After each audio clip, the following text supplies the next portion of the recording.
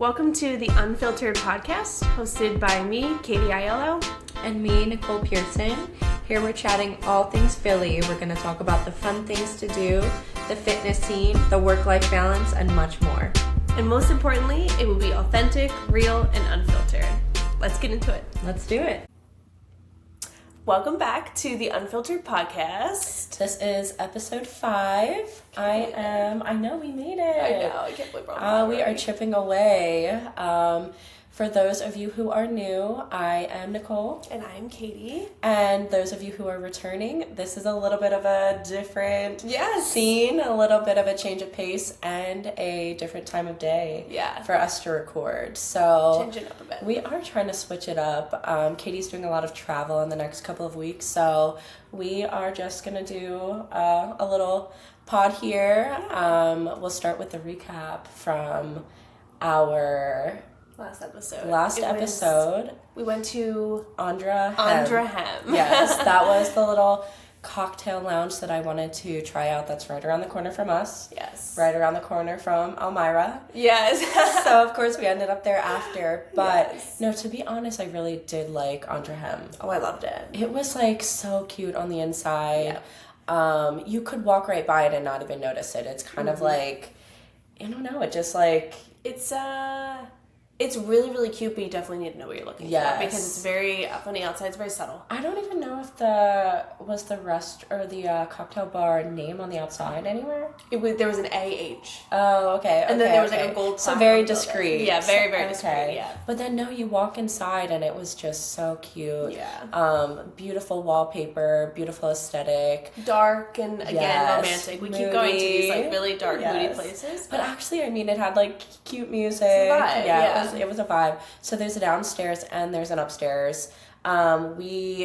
Initially, there was just standing room only by the bar, but they still kind of placed us in our own designated area. We had a bartender come up to us, take our order and everything. So I kind of liked how organized that was. So it didn't feel super claustrophobic, super hectic. We didn't check out upstairs, but downstairs was definitely a good time. Yeah, it really was organized well to that point. I didn't even think of that. The cocktails were very good. They were very good. Classic Cosmo. Yes, of course, it was delicious. Yeah. And I got, I guess it was a little bit of a mixture between a tequila drink. There was some peppery action going on. Yeah. I actually had the bartender recommend their favorite drink that had tequila, of course, my favorite. And it was delicious. We actually ended up switching over to the bar top after only probably 20 or so minutes. Yeah. Some seats opened up, so we slid right in, and And you know what we were saying too? It's a great second spot, right? Yeah. So if you go on a dinner date and you're really enjoying each other's company and you want to keep hanging out, this is a great spot for that. Because of that, you might not get a seat at the bar and there might be standing room, but it wasn't awkward. No, it really was wasn't. nice. So it's a great second spot if you're planning on going on a date. We went around, I don't know, maybe 9:45-ish. And it was, it ebbs and flows, but... On a Saturday night. Oh, yeah, and it was a Saturday night, so definitely a good spot. And, it was busy when we first got there. Yeah. Then some seats opened back up, and then it looked like more people were coming in. So I would go back and kind of, feel it out. Yeah. So... And then, of course, we went to Elmira. And then, of course, And it was packed. That was the most crowded I packed, think I've seen Elmira. 100%, You almost could hardly move. Yeah. But we somehow got lucky enough that we got right up to the bar and got drinks easier than other times. But for some reason, it was really, really packed. It was a really packed night. But it was fun. It was a good time. It's always fun. Yes, it's always a good time. I just got my typical tequila club soda.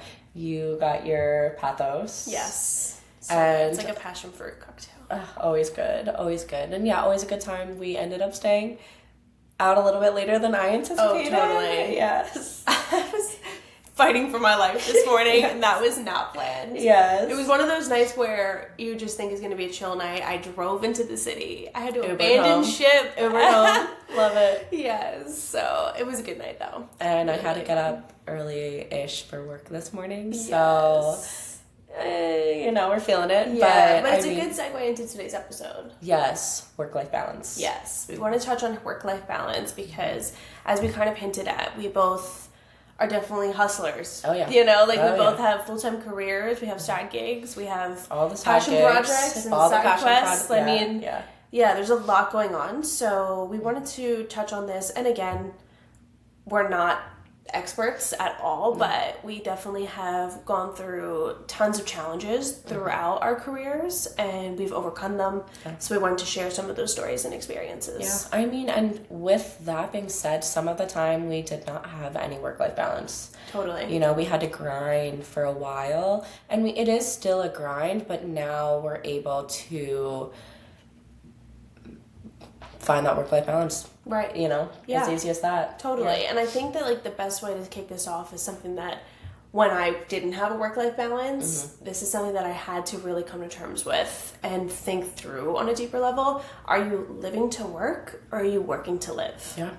And that just sounds like such a simple saying, but when you really, really think about it, that is what's going to set you apart from the people that are really, really happy in life and the people that maybe are less happy because of what's going on from a work perspective. Yeah, you only have one life, so do you really want to spend every waking moment, whether you're at work or not at work, but thinking about work? Right. Do you want every waking moment to be consumed by that? People have these families and your kids. You want to be able to separate that. Yeah. And it's really important for your mental health as well. So yeah. But as single people, I think that this is so important because I don't have a family to go home to. It's easy for us to get so consumed and sucked in and be checking your phone all the time, checking your work emails, responding to work emails, because we don't have kids running around at home that we can get that distraction. Yeah, we can have that distraction. We literally could work all day, every day if we wanted to. And there were times where we did that, and that's kind of why we want to chat about this a little bit, to express the importance of having a work-life balance. And to your point, leaving work. Yeah, and actually leaving it at work, which I know it's hard for people nowadays because there's a lot of work from home. So it's so easy for you to just, have your workspace and just constantly be checking your emails, constantly be on your work phone. Long after the workday has ended, it's easy just to just check. Yeah. And that's just, for some people it's totally fine, but for me, consuming, and just unhealthy. That's not what I want to be in the forefront of my mind. No. When I'm actually done work for the day. Anytime if I do, get into bed and I'm like, oh my God, tomorrow I've got a big meeting or whatever, I remind myself that is tomorrow. Yeah. And right now, I just want to, rest. I want to recharge. I want to focus on my self-care for going to bed, doing my skincare, reading a book, whatever it might be, hydrating. And when I'm thinking about work, that really, really bothers me, because then I'm not separating. Yeah. And then you're going into work the next day, and honestly, you'll probably perform better if you were able to take that break and do your self-care routine and have that mental break from work actually. So I think for me, I'm a very much so rise to the occasion kind of person. So that works for me. I'm not saying that you shouldn't prep, right? Yeah. But prep during the work hours. Yeah. If you work a 9 to 5-ish, it's okay sometimes to work a little bit later till 6 and do that prep so that you can turn off for the rest of the evening and actually recharge. Because I agree that definitely positively impacts performance. Yeah, I totally agree. Absolutely. And for those of you, I take a lot of call for my job. So it's it can be stressful being at home and trying to be productive.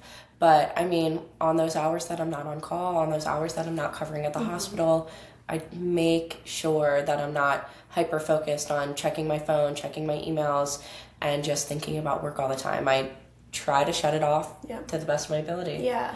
And I actually have a story on shutting it off. So a couple of years ago, a little bit earlier in my career, long before I had Flirts by Katie, my side business, or anything, this was probably 4 years ago, I definitely was on a team where everyone worked so hard and so much.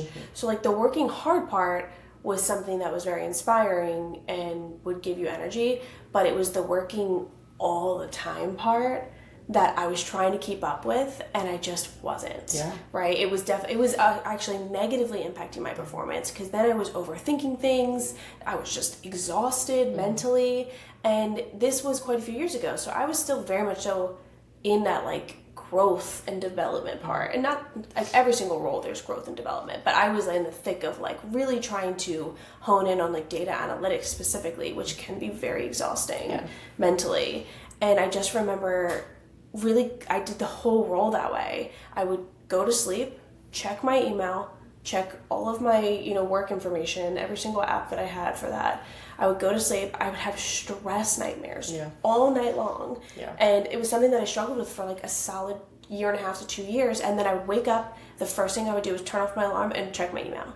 And because I was worried about what my manager would think, or I knew he was on, like it shows like green when you're available and like you're on, so like I would check at like 6 a.m. and he would already be green, and so like it was setting like a really weird precedent for me, and it was just sucking the life out of me, like to go to sleep and never get a normal night's sleep because you were constantly having stress nightmares, work related and non-work related.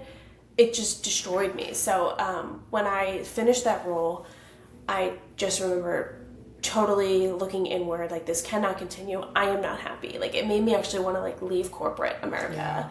And that's what catapulted me forward to start the business. But luckily, my next role was really great. And so then I was like, okay, now I have this side business that I love, and now I actually really like my role again. But the biggest thing that I did for myself was turning off notifications. And so it's a bit of a hot topic in corporate America, right? Because you do want people to be able to reach you and everything, but for me, I was so on an end that I was just fully exhausted and overwhelmed, and I didn't feel like I was doing a good job. I mean, and that's just setting you up for burnout. I was getting burnt out. You can only grind like that for a certain period of time, and like that is unfortunate that it seems like the company itself like set that precedent, and it's a little bit of like a toxic environment. It can be for sure. I will say certain teams, certain individuals just work that way, and something that might work for them, that is true, might not work for me. And that's what I was finding, and that's kind of when I took a big step back and looked at everything, I'm like, okay, that is exactly what's happening. Your life is great the way it is, and it's just really not working for me. So like I want to give it my all during the workday, but then I need to shut off and I need to be doing other things. So like turning off notifications was a big part of it. So like if somebody called me at 7 p.m., I had to make the decision of like, okay, I'm not going to see that call. Am I okay with that? And I was, because I can speak to that the next day and say, you were off the clock. It was 7 o'clock at night. I'm sorry that you were Your working. work hours are only from this time to this time. And I never had to explain myself ever, so that's not really what the culture is. I will also say, one, being a rise to the occasion kind of person, that worked for me, and then two, having strong time management skills. Like I would never close my laptop and be like, wow, I didn't get to what I needed to get to today. I would close my laptop and be like, okay, I completed all my tasks. I need to be good with that, and I will come back tomorrow. Because there's always going to be more work that can and needs to be done, but it can be done the next day. So like if I could give a piece of advice for anybody who feels like they are burning the candle at both ends and getting burnt out, it's really try to do whatever you can to turn off the notifications on your phone. And that will be something that will help you separate. And then, like I said, it's a mental game too. So when if you are sitting on the couch and it does pop into your head, it's kind of like an exercise that you have to do of like, okay, take that and physically remove it out of your head. Like that's usually what I do. Like it's just like an exercise to help, like, which has probably taken time for you to like develop that skill, but sometimes that's what you need and that's what works for you. And like you said, maybe that's not what works for everybody, right? But that's also kind of like finding the job or the career that works for you and your lifestyle and your schedule. And I know that not everybody can do that, so then just finding ways to be able to have that balance and work through that. I love that. I want to say I was going to touch on like kind of filling your cup a little bit. Yeah. So I think that it is so easy for us to continue to like pour into something that maybe doesn't fulfill us as much, but I think it's just really important for us to kind of have other things that we can utilize to kind of fill our cup and have our career on the side as well sometimes. Yeah. Do you know what I mean? Yeah, I think that goes hand in hand with what I was thinking around like detaching. Yeah. Like it kind of goes with leaving work at the door, detaching and turning off notifications, and okay, so once you've done that, now what? Yeah. Right? You're not going to sit on the couch and watch TV all night. Yeah. So what are you going to do? Yeah. So what are you doing to fill your cup? And then that also helps from the distraction perspective. How we said, like, there are people who have families and kids that they get home from work and they are distracted. So they probably are not thinking about work. But for us, we don't have that. So, right, what are you doing to fill your cup? Yeah, exactly. So, I mean, we talked about that a lot, having other hobbies that you guys are doing, just having other things outside of work, so that when you are leaving work, you have something that you can go to. And pour yourself into. Find that peace, that enjoyment in, so you aren't sitting at home and hyper-focusing on work. Maybe if things didn't go as well as you anticipated, right. You now are literally able to step away and pour into something that is like bringing you peace, bringing you happiness. Or for you, it's like going and doing training. Yes, going to the gym or my personal training side gig. Yeah.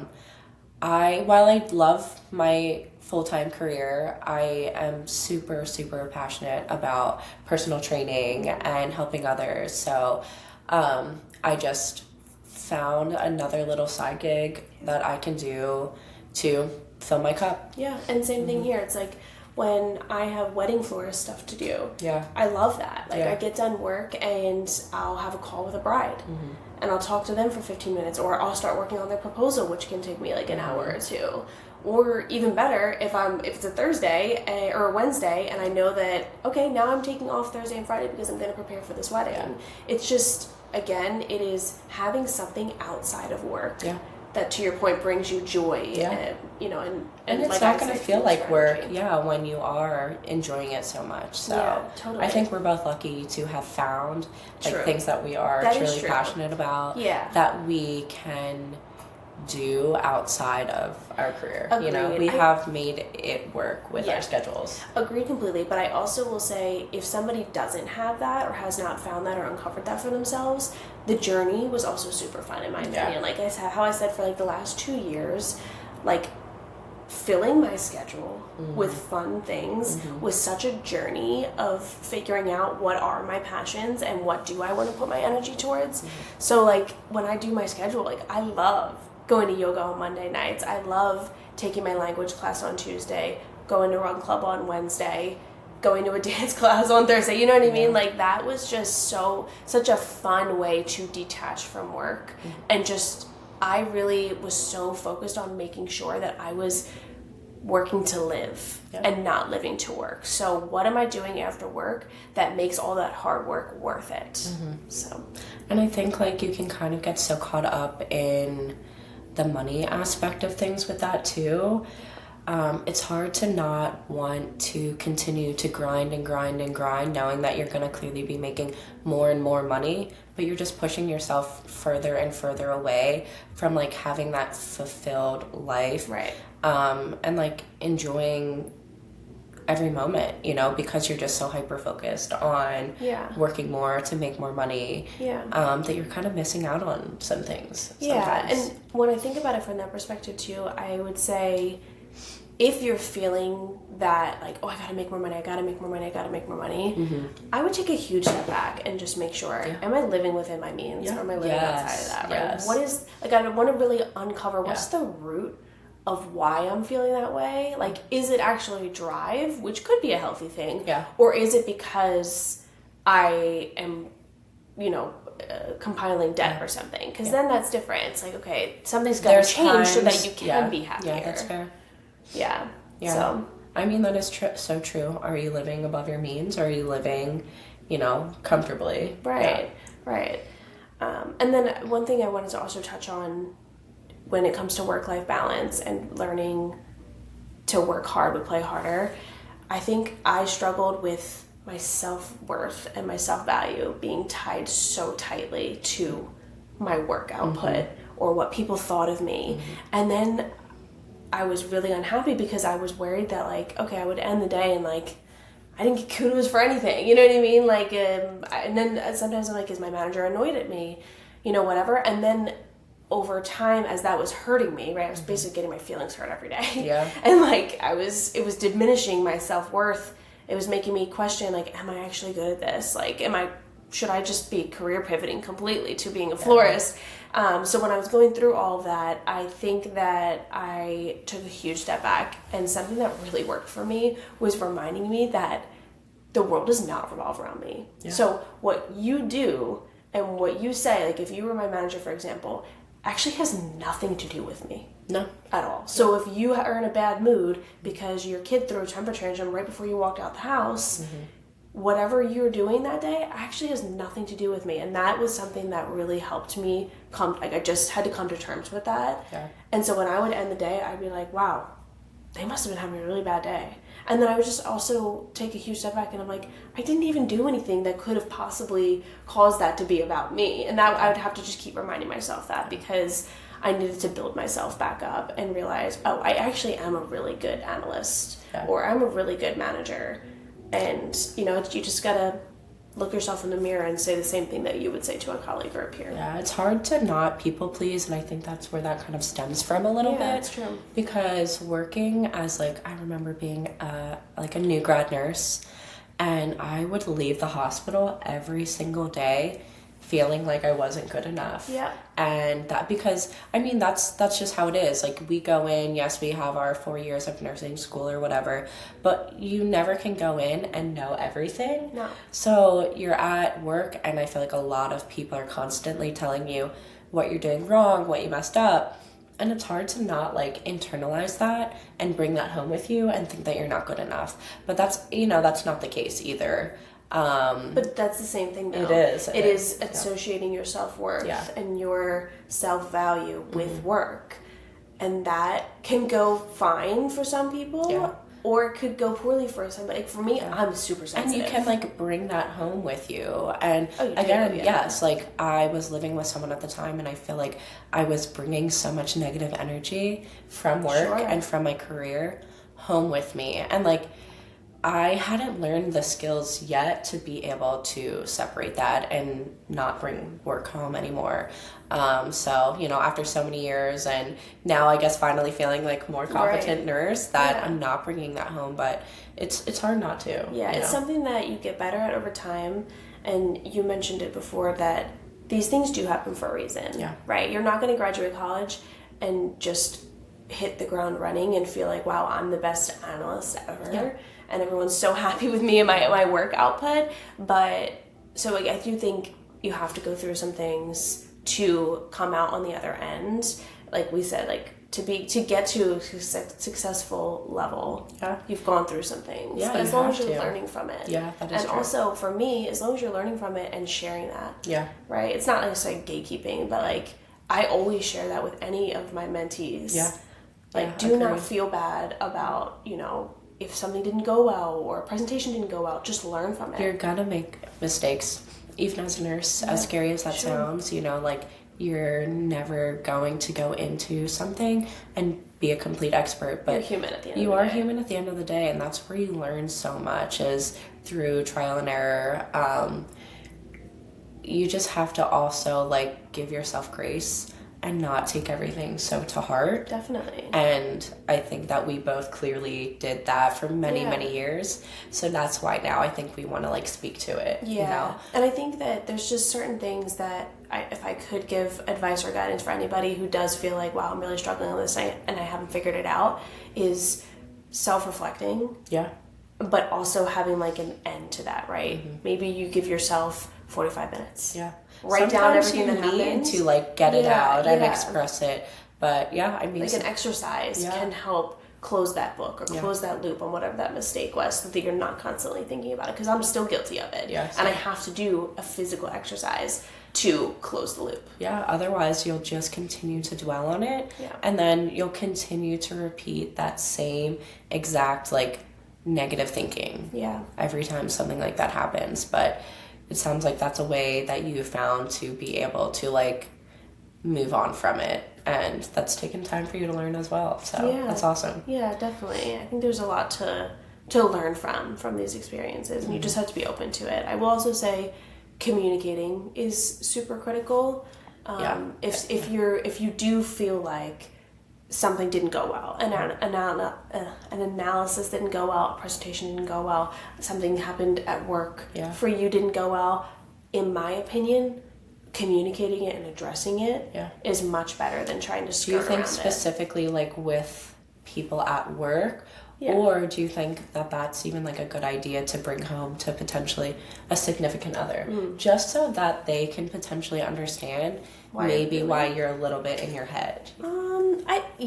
I wasn't thinking about it from that perspective. I was more thinking about it from like the work perspective. So like it helps you close the loop, because maybe you've communicated to your manager, hey, I know that didn't go as planned.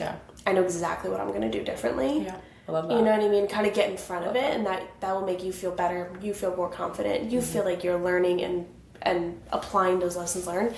But to your point around like coming home, I think that it's a combination, right? Because I think that if you do find that you're coming home and maybe you're bringing a bad attitude or whatever, maybe you need to think about or do some research on some exercises that you can be closing that loop before you get home. I think that's fair. Because although in a partnership, obviously they want to help you, they want to, lift you up when you need it. And so sure, if it's like really that heavy, definitely lean on them. But at the same time, we as individuals can be doing a better job of detaching, leaving work at work, so that we don't even have to go through that. That's You know fair. what I mean? I'd rather just walk through the door and be like, had a wild day. It's over though. What are we doing tonight? What are we making for dinner? Where are we going? What's the plan? Kind of like completely change the energy, change the mood. I love that. Which I do know is easier said than done. It takes effort. That will definitely take effort if you really do have a truly bad day or whatever's going on. And I mean that could be difficult if both of you had come home and both of you had a hard day. So that is a good point. Trying to like actually leave it at work, and if there is something that's like really weighing on you, communicate it with your manager, and like actually like get it settled, so that you don't have to like keep thinking about it. Because for me, if I come home and it's still that heavy on my mind, and now I want to ask my significant other, what's your opinion on this situation? It is eating up the time that I love spending on things non-work. Now I'm back in that situation where it's muddied. Bringing it back home. Exactly. Now I'm actually taking away from the things that actually do bring me joy and lift me up and help me detach, because I'm still talking about it. So I think that it really will depend on the particular situation and the topic for sure. But I would say majority of them, I would really try to, if you're finding that you're doing that, I would try to find an exercise that works for you. I love that. I love that. And I do love like the thought of, I think that your manager would probably appreciate that as well, because you're kind of holding yourself accountable, and they know that, okay, that maybe something didn't go well, and you already have a plan. For like, holding yourself accountable is huge. For like, and it's really respected, I think, in every industry. I think so too. It's not an easy thing to do. No. But I do. But once you start doing it, it does become easier. Does it? I do think so. Yeah. I would say like the first couple of years, if I ever made a mistake, I would literally want to crawl into a hole, pretty much die. I remember those days. I remember. But I would say it was after that role that I explained how like a year and a half, I was just sucked in, and I that's when I felt like I made the most mistakes. Because I was burnt out, I was overthinking everything, I was under an immense amount of pressure that was also self-inflicted, because I was so worried about what other people thought of me, and my self-worth was so tied tightly to this. But I will say, like, that is when I started to truly take accountability, because it was really my only option. I was making so many silly mistakes that if I didn't take accountability for it, I think even more people would be like, that's crazy. Wow. Like, you know, it was a learning experience for sure. I'm really glad that I made it out of that experience. And I'm glad that I was able to apply those lessons learned and find those mechanisms that work for me in those exercises. Yeah, I mean, it sounds like you grew a lot from that time. It was tough, but super tough. Yeah, a lot of lessons learned, and kind of sounds like it catapulted you forward and maybe like made you more successful with your current role too. Yeah, so. I will say I'm a huge self-reflector person. Yeah, I love that. Whether it's work, life, family, like I just always want to be the best version of myself, or, you know, be the best friend, be the best sister, be the best daughter, whatever the situation is. So I think being able to self-reflect, I've always been like a journaler. That really works for me. But, you know, I'm also a huge advocate for therapy. Oh yeah, that's where I learned a lot of mechanisms that work really, really well. Yeah, I think because it's hard sometimes because we have a lot going on in our minds all the time, and work and life and everything can be so stressful. But that's not something you always want to put on your friends and your family, and like we talked about bringing stuff home, but just to have like a third party person out there who is like very, very subjective or objective, you know, that's nice to have. Yeah, you're right. It's actually been really a long time since I've gone to therapy, but you're right, I loved that. I loved it. I always left feeling so good. Same. So much better about whatever I was in my head about. And I think that's kind of why I haven't felt an urge to go, because I have all of those learnings that I'm constantly applying. Yeah, I agree. Which definitely takes time, you know, to learn those like strategies to be able to separate it and stuff like that. And unpack things. And the biggest takeaway most of the time is that what not you, but like what the other person who's you're in your head about is doing, saying, feeling, acting has nothing to do with you. It has everything to do with what's going on in their life behind closed doors. But it's hard to not take things so personal and think that everything is about you. But you definitely learn, I feel like, through therapy you can get better at that. Yeah, everyone can. Agree. Yeah, I agree. I'm speaking from experience. I love that. I literally, anytime somebody, you know, shoots attitude towards me, I'm like, there's just no way. Yeah, you're like that. Actually, for me, they're dealing with something else on their end of things. Yeah, and it's not your problem to fix, but it is on you to not take it personally. I was gonna say to realize that is not meant or aimed at you. Yeah, which is hard for people that are sensitive. It was saying like I am so sensitive, and I always have been, always will be. So it's definitely important for people that are sensitive to get good at that, because you know it's your happiness at the end of the day that could be even better. Yeah, I totally agree. I love that little pivot chatting about therapy and mental health. That was not planned, but we are full advocates of always, you know, working on yourself, and it's easy to it makes things easy to like have someone separate to talk to. Yeah, absolutely. And like, you know, whether you're going through something that's super heavy or whether you're just going through day-to-day things that you're just having trouble with getting past, or, you know, something's really bothering you, I'm a huge advocate for it. Yes. Making time and again investing in yourself is the best possible investment you can be making. The best thing you can do. Yeah. That return on investment is incredible. ROI. I'm not in business at all, but let's see. Do we get back on track with our work-life balance? I guess the only other thing that I was gonna say, and I feel like we've already like touched on this a little bit, is the toxic work environments. Sure. I more so clearly can speak to like healthcare, and it's hard sometimes like going in and dealing with surgeons and other team members who are just negative Nancy's. Sure.